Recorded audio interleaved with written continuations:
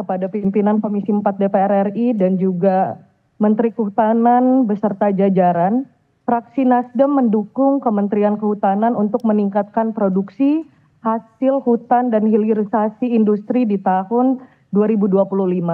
Tentu ini merupakan langkah yang strategis yang patut diapresiasi, namun beberapa isu penting membutuhkan perhatian khusus agar tujuan pembangunan ini dapat tercapai tanpa mengorbankan keberlanjutan lingkungan dan kesejahteraan masyarakat yang berada di sekitar kawasan hutan. Nah, Pak Menteri, mengenai rencana pembukaan 20 juta hektar lahan untuk cadangan pangan, energi, dan air, fraksi Nasdem merekomendasikan analisis dampak lingkungan yang menyeluruh sebelum pelaksanaan program ini akan dilaksanakan, dan tentunya juga kajian-kajian mengenai feasibility study untuk memastikan implementasinya sesuai dengan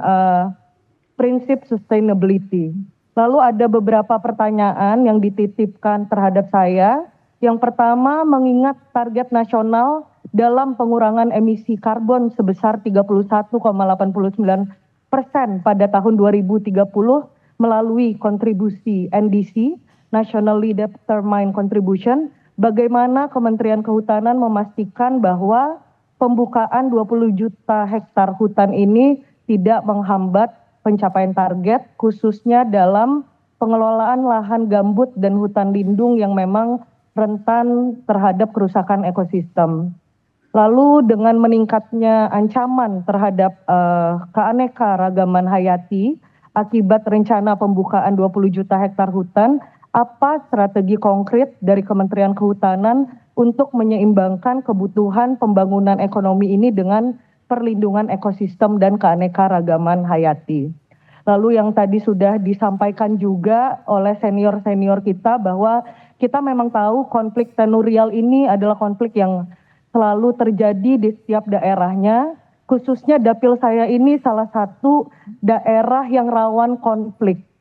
mengenai sengketa antara masyarakat adat dan HGU, yaitu Sumatera Barat. Ada beberapa laporan yang masuk ke saya dan data menunjukkan bahwa konflik tanah dengan korporasi HGU ini meningkat kurang lebih 18 kasus dalam setahun terakhir, di mana data yang kita dapatkan juga ini berimbas terhadap 7.000 kepala keluarga. Dan kita juga ada beberapa contoh kasus, Pak, salah satunya adalah masyarakat adat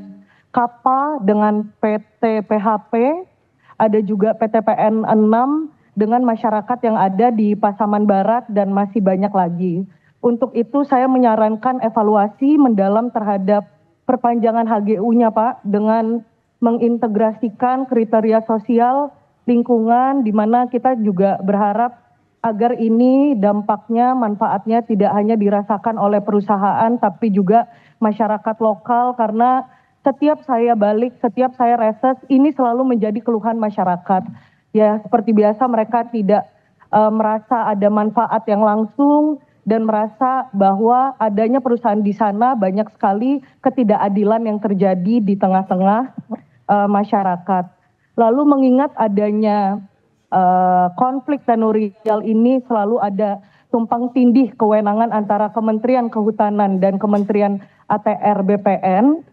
kami merekomendasikan agar Kementerian Kehutanan untuk meningkatkan koordinasinya antar lembaga dan tentunya transparansi dalam proses pemberian HGU serta meningkatkan akses masyarakat terhadap informasi lahan, khususnya tadi yang ada di Sumatera Barat.